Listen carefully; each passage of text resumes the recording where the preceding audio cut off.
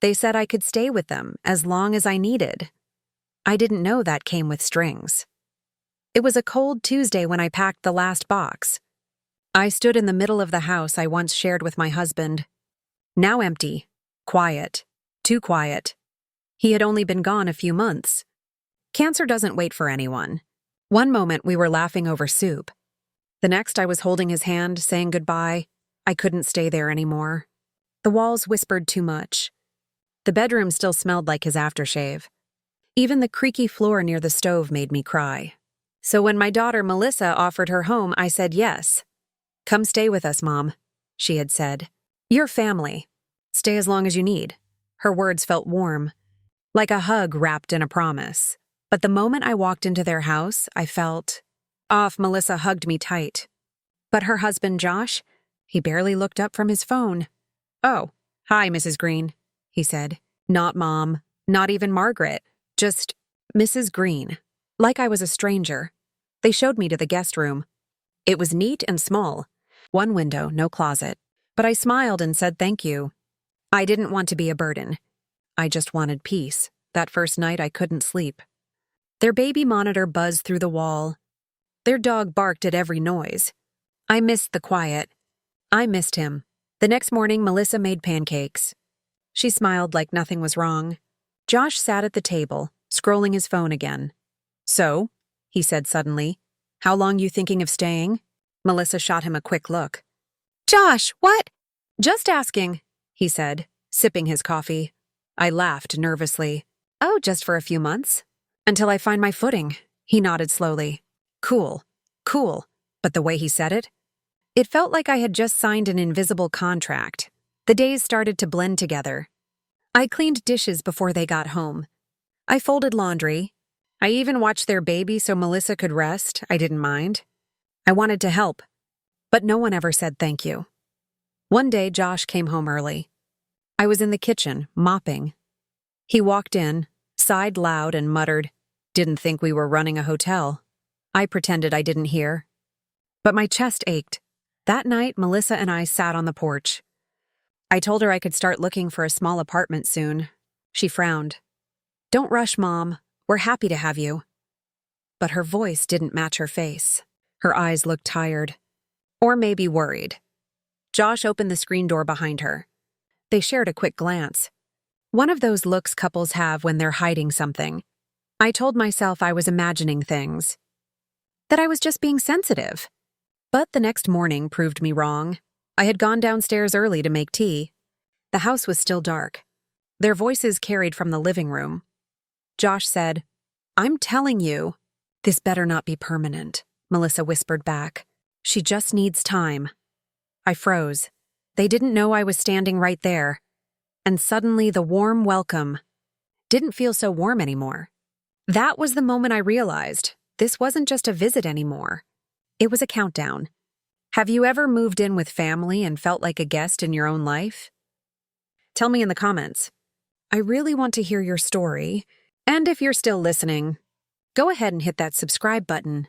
You won't want to miss what happens next. After that morning, I started walking quieter, smiling smaller, trying not to take up space. But no matter how careful I was, I could feel it. I was not welcome here. Not by him. Josh started changing. Or maybe I just started seeing it. He began leaving lists. Actual printed lists on the fridge. Don't touch the thermostat. No food after 9 p.m. Use only the guest bathroom. At first I laughed. I thought it was a joke.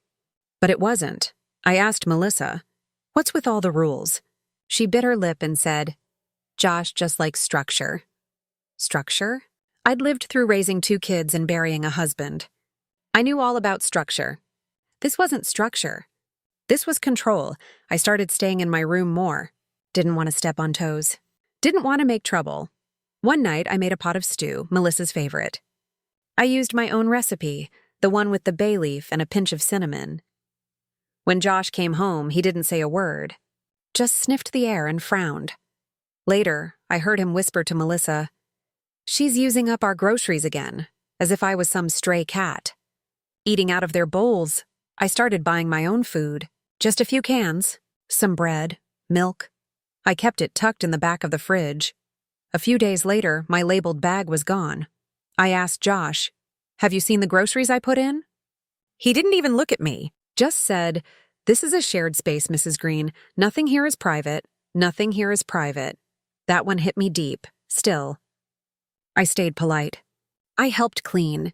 I stayed out of their way. I even fixed the washing machine when it stopped spinning. But nothing was good enough. Then came the envelope. It was slid under my bedroom door. No name, just a typed paper inside. Monthly contribution request, total due, $650 due by Friday, $650.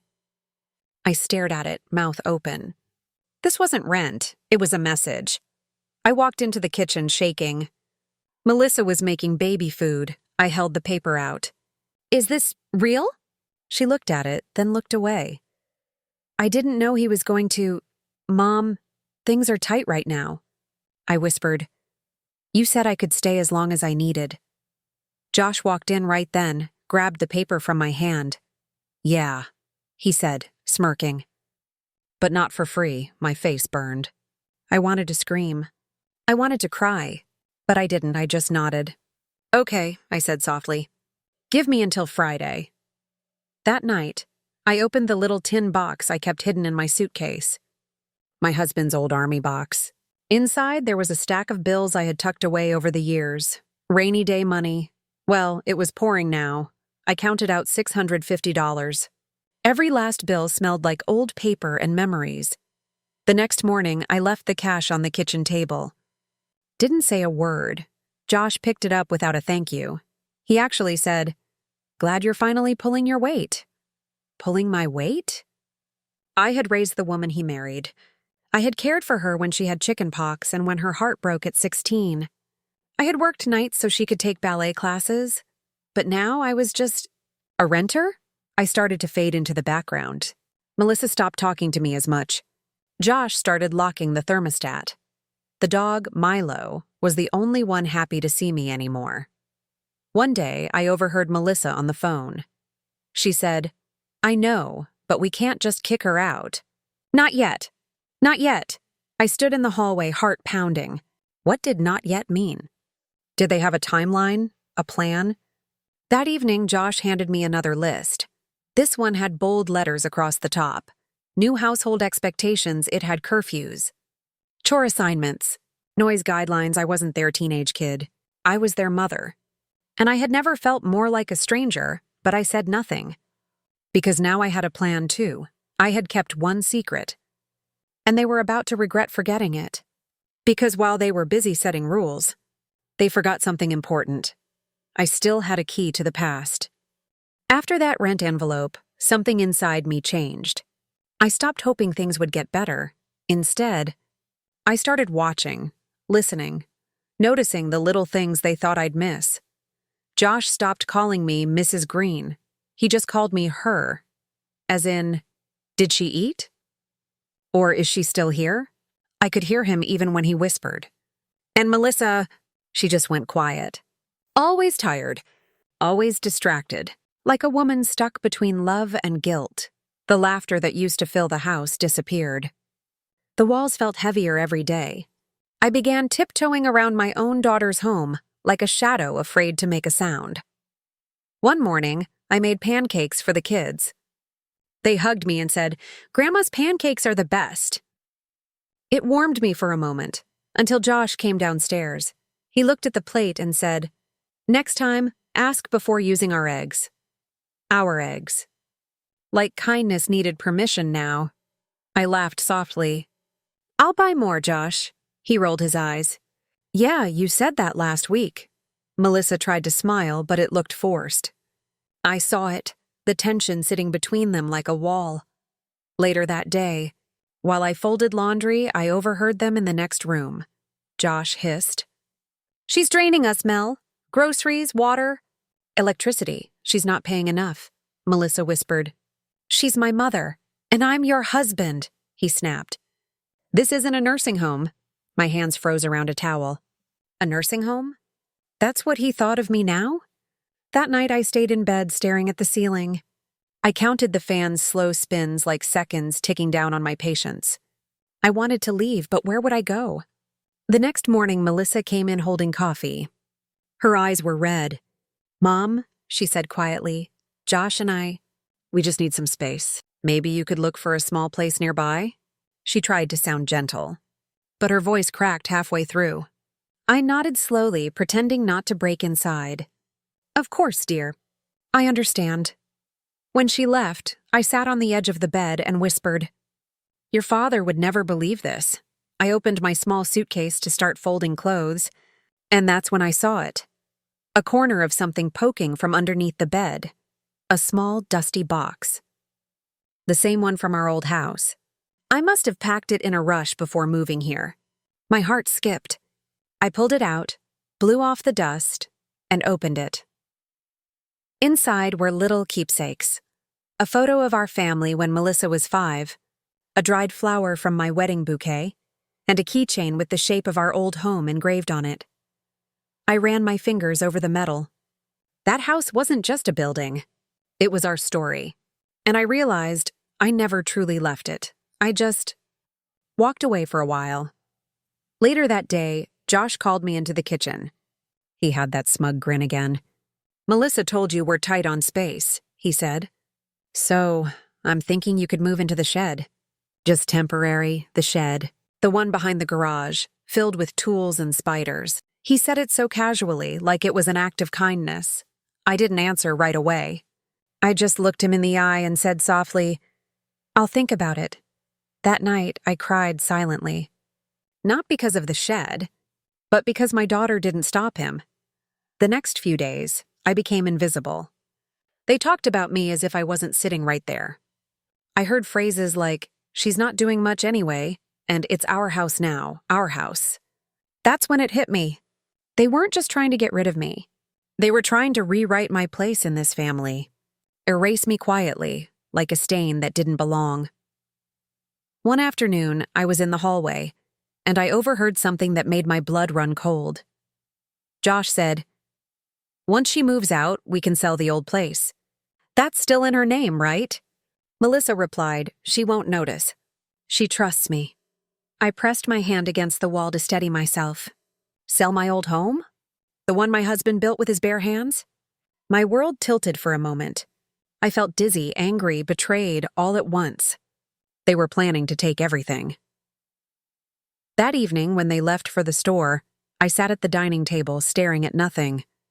The dog Milo laid his head on my knee, as if he knew I needed someone on my side. I whispered, "Don't worry, boy. Grandma's not done yet." I took the small box from my room and opened it again.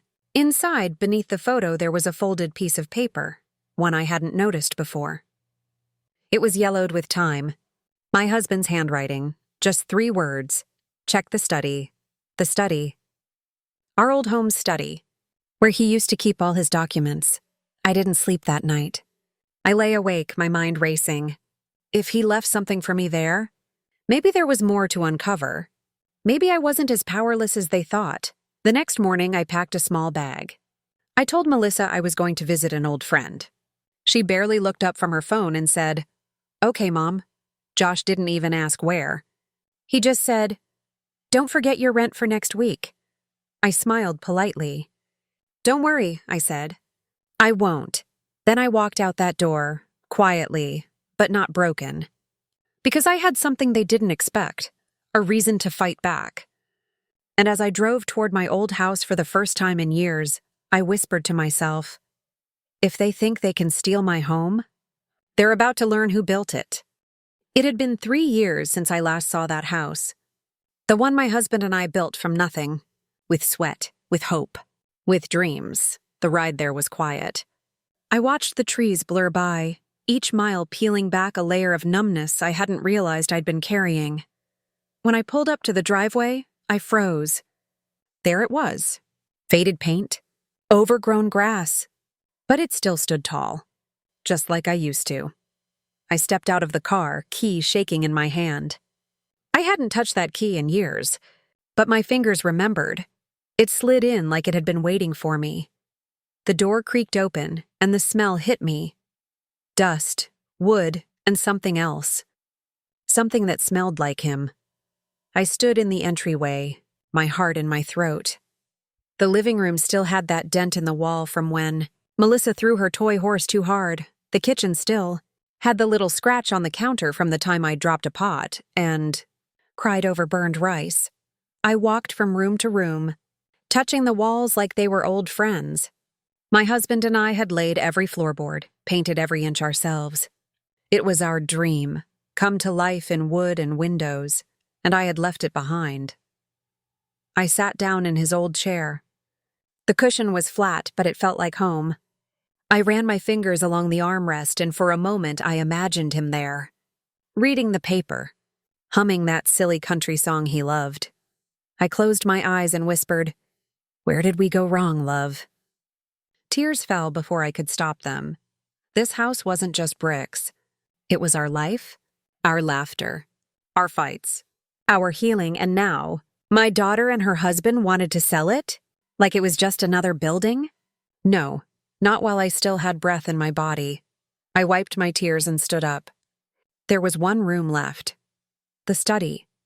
It still had the heavy wooden desk we found at a flea market. He used to sit there every Sunday, doing bills and writing letters. That desk was his space.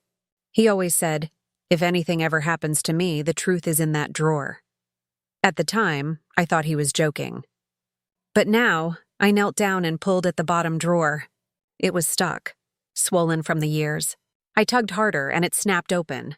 Dust flew up in my face. But beneath it all, there it was. A folder. Inside, our original deed, insurance papers, a letter in his handwriting. My hands trembled as I unfolded it. "Margaret, if someone ever tries to take this from you, remember, you built this, and you have the right to protect it. Check with the title office. The house is still in your name. Trust no one, not even family, when it comes to what we built together. Love always, George." My breath caught in my chest. I had thought Melissa was just trying to help. But now she had lied. They had both lied, and yet here I was, still the owner. Still the one with the power. I laughed. A soft, sad laugh. They saw me as weak, as old, as someone to push around, but they forgot something important. I wasn't a guest in this story. I was the builder, and builders don't give up their foundation that easy. I spent the rest of the day cleaning up what I could. Wiping down counters, sweeping the dust off the memories. I made a list. Repairs, contacts, what I needed to update. I hadn't felt this clear in months. Maybe years. Before I left, I sat on the porch one last time. The wind was cooler now. The trees danced like they knew something was coming. I smiled to myself and whispered, "I'm coming home." Because if Josh and Melissa thought they could steal what I built, they were about to learn. I was just getting started. The next morning, I woke up with a plan. For the first time in months, I didn't feel stuck. I felt ready. I drove straight to the county title office. The woman behind the counter wore bright red glasses and had kind eyes. I handed her the deed from George's drawer. She looked it over and typed into her computer. A few clicks later, she looked up. "It's all still in your name, ma'am," she said. "Property taxes are up to date, too." I blinked. "So, no one else has access?" She shook her head. "Not unless you gave it to them in writing." My stomach flipped. "No, I didn't." She smiled. "Then you're still the sole owner." I walked out of that office taller than I walked in. The world looked different now, sharper, clearer. They thought I was confused, old, easy to trick. But I still had every piece of paper that mattered. Back at Melissa's house, I walked in like nothing had changed. Like I hadn't just confirmed I held the key to everything. Josh was at the table, typing on his laptop. He didn't look up. Melissa was washing bottles in the sink. She smiled faintly.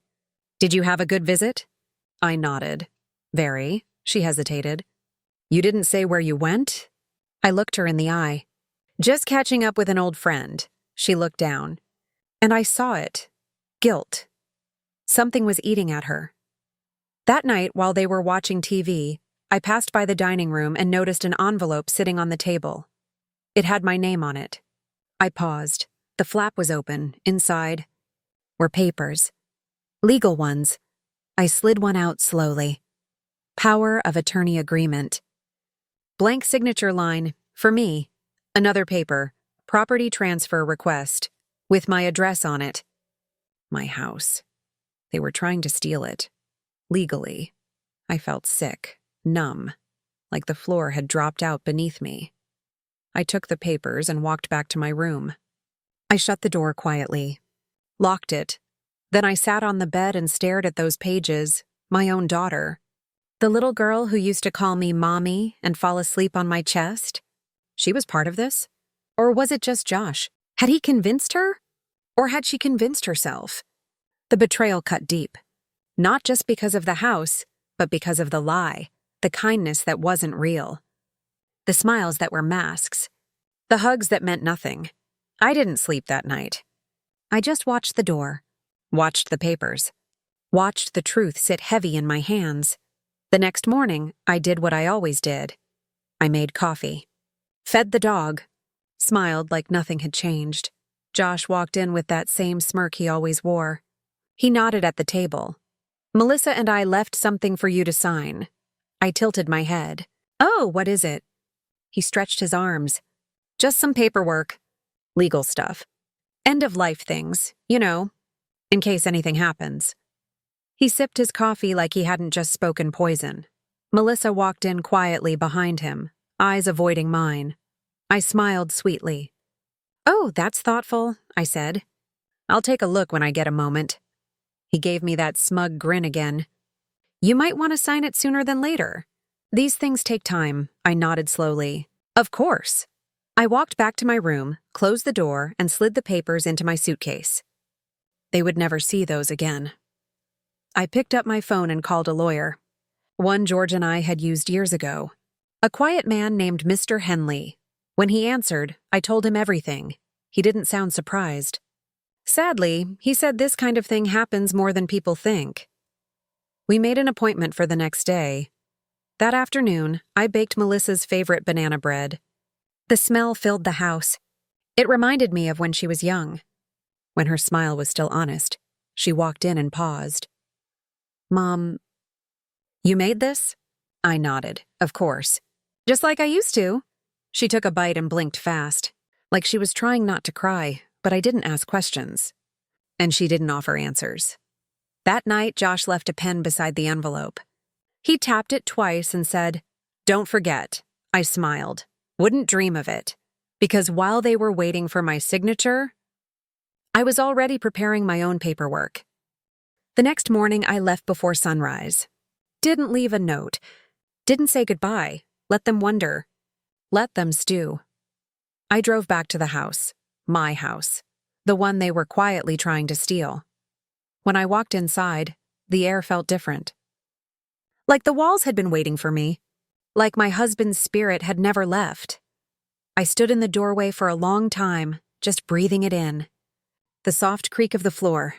The dust dancing in the sunlight. Everything felt real again.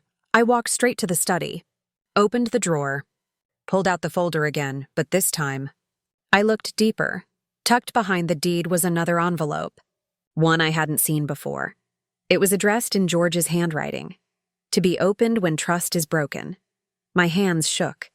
I opened it slowly. Inside was a second letter. Longer, worn at the edges. His words felt like they were being read out loud by his voice. "Margaret, if you're reading this, I'm sorry. I always believed in family. But I've seen what greed can do. If someone tries to take what we built, don't fight with your heart, fight with facts. Everything is in your name. The deed, the title. Even the backup documents are in the safety deposit box. Box 219 at Valley First Bank. Key is taped under the desk." I froze. Under the desk? I got on my knees and ran my hand along the bottom. There it was. A tiny silver key taped behind a panel. I pulled it off and held it in my palm. Small. Cold. Heavy with meaning. My husband. He had prepared for this. He saw something I didn't. And now he was guiding me even from the grave. I left the house and drove straight to Valley First Bank. The teller asked for my ID. my key, and a signature. She led me to a private room and opened the box. Inside was a binder, neatly organized, labeled, property deed, will and testament, updated power of attorney, naming me and only me, letters, emails, even old texts printed from his phone. My hands covered my mouth. Tears ran down my cheeks. This man, even while dying, he had protected me. The binder also had a typed letter from our lawyer, Mr. Henley. All legal property and financial decisions belong solely to Margaret Green. No transfers authorized. No access granted to any third party without direct consent. There was no room for confusion. No loophole. No trick Josh could pull.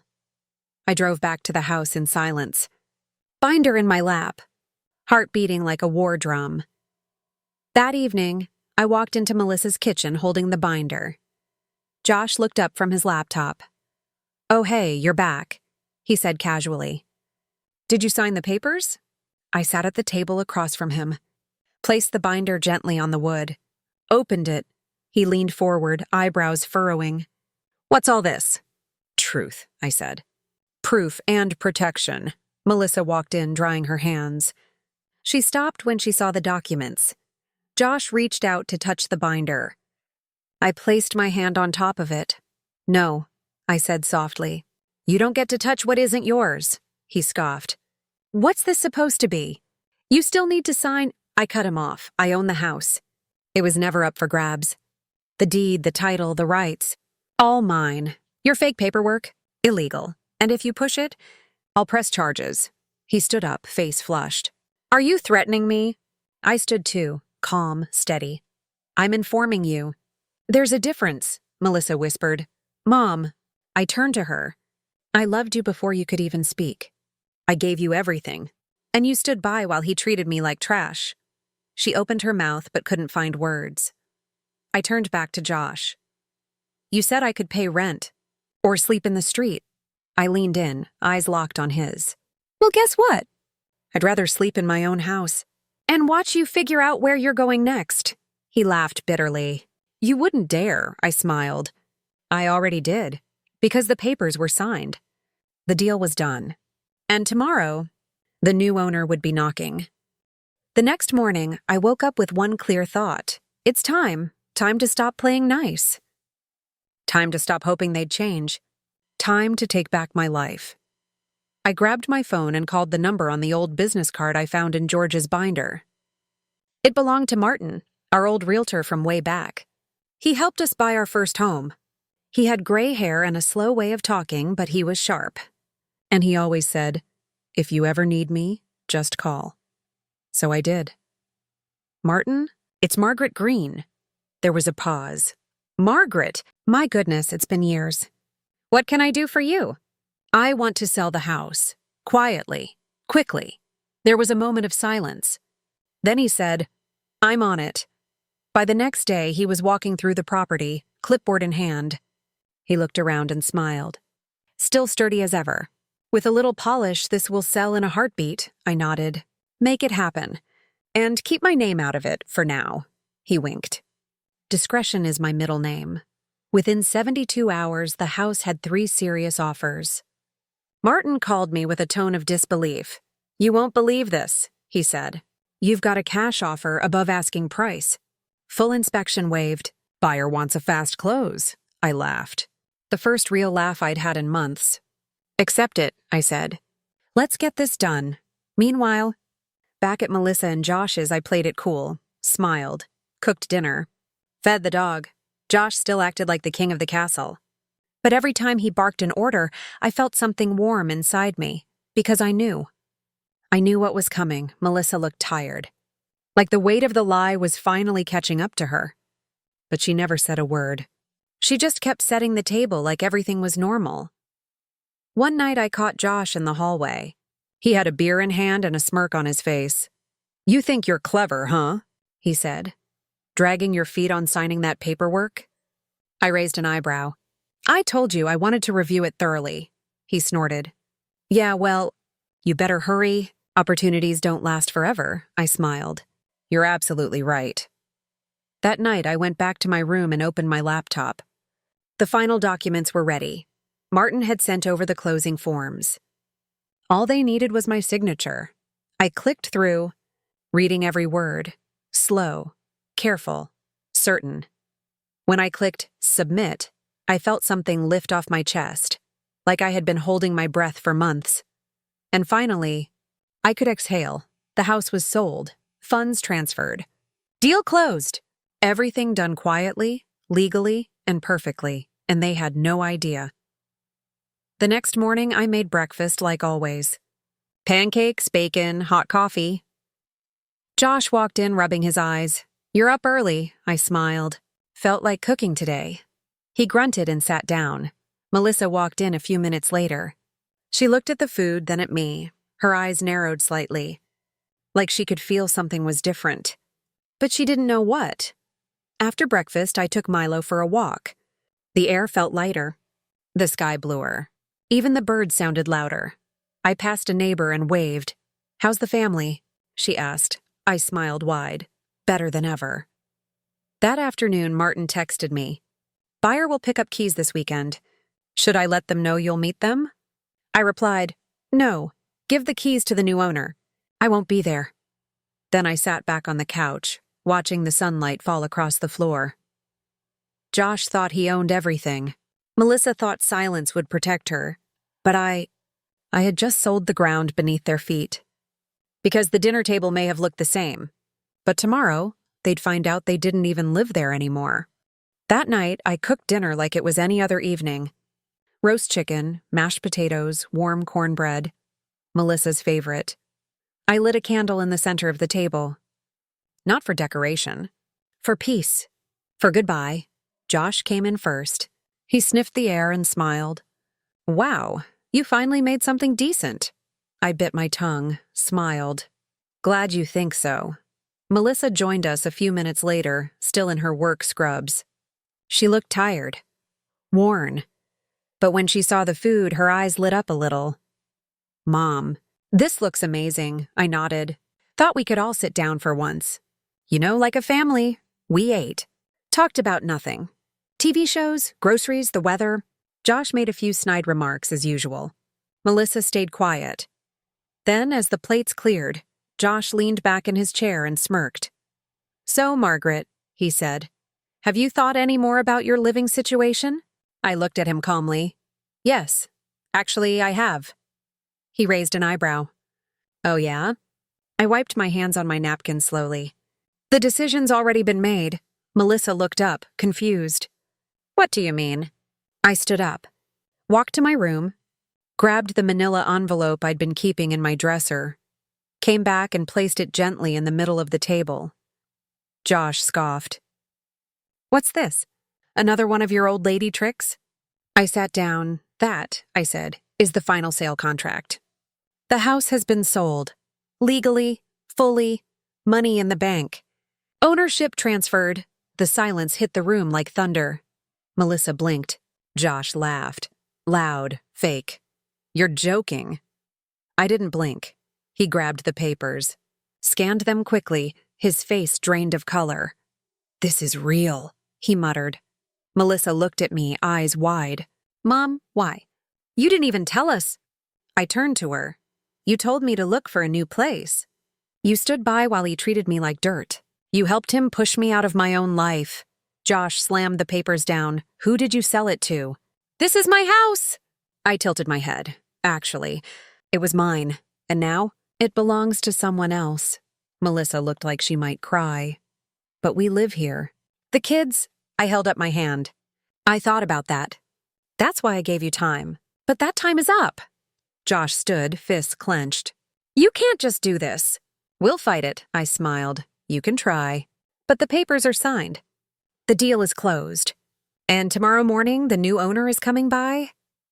"With a locksmith," Melissa's voice cracked. "Mom, please." I looked at her.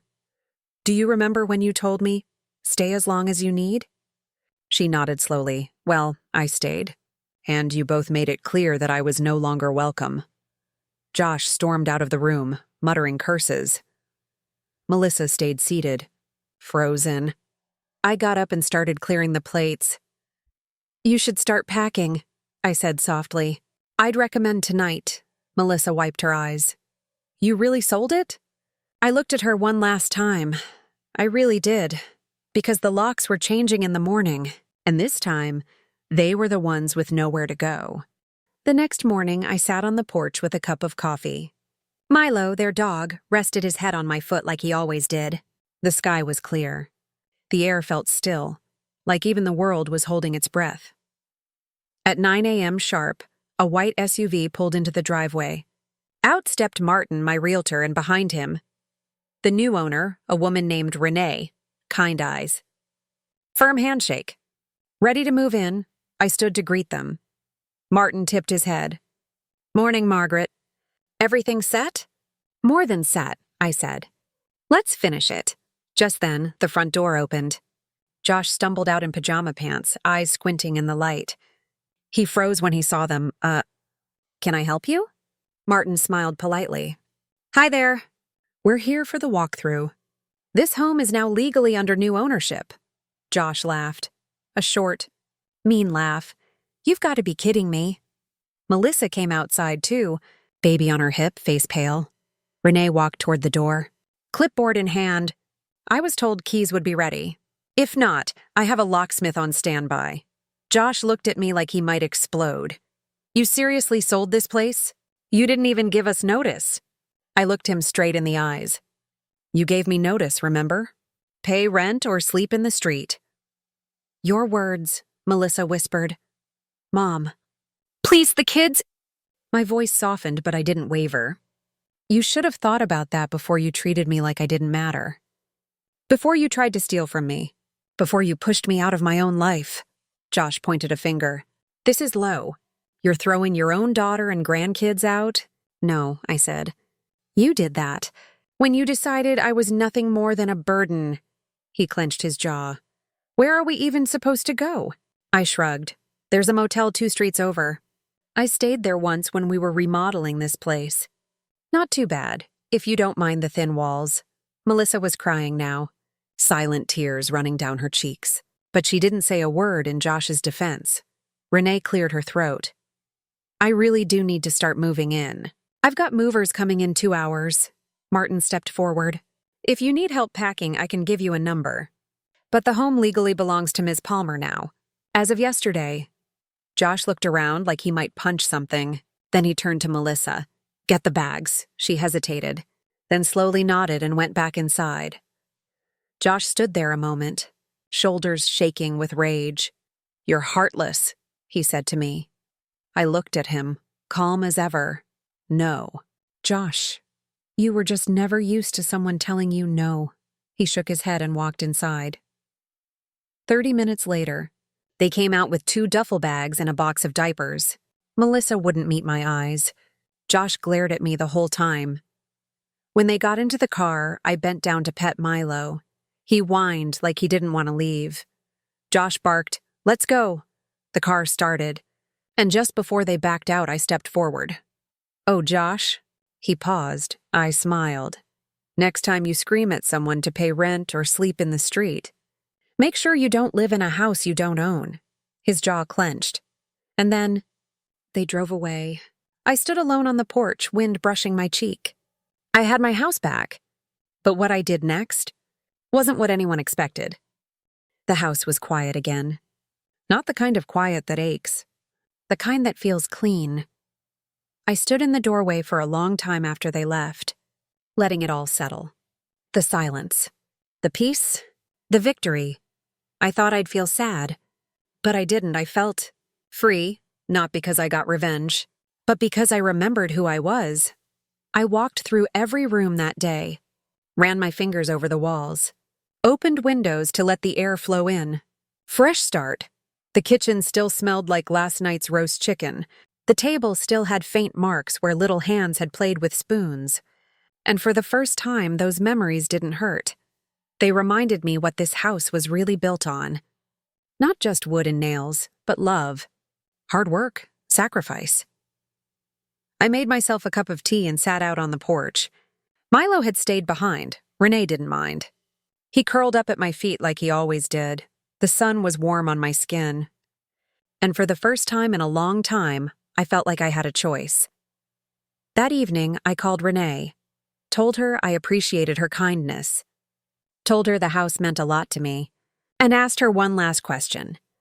Would you mind if I stayed just one more night before you move in? She said yes. Said I could take all the time I needed, so I did. That night, I pulled out George's old binder one last time. There, tucked between the legal documents and photos, was a card. A handwritten note from years ago, from a woman we helped when she had nowhere to go. We gave her a room once. Let her stay for 3 months. She called it a place to breathe again. I read those words over and over, and that's when I knew what to do next. The house was sold. But my story wasn't finished. The next day, I met with a lawyer again. I used part of the money from the sale to buy a small, cozy apartment downtown. One with a view of the park and sunlight in the morning. The rest?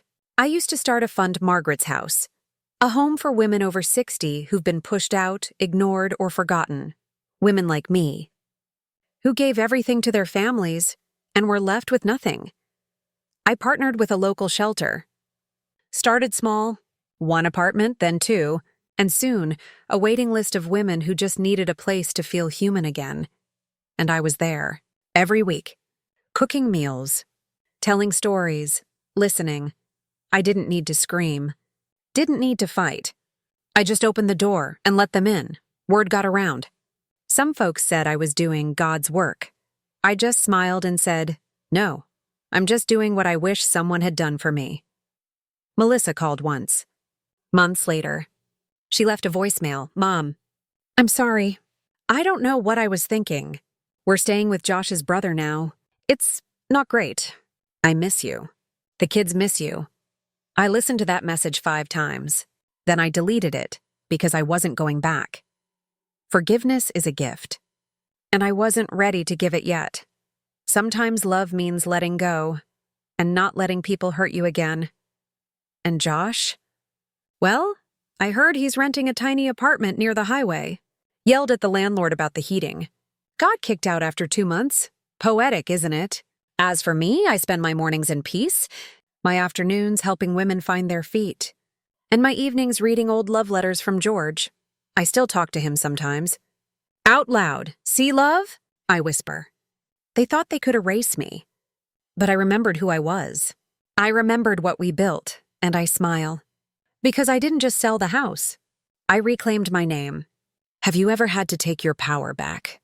Even from the people you love most? Tell me in the comments. I'm listening.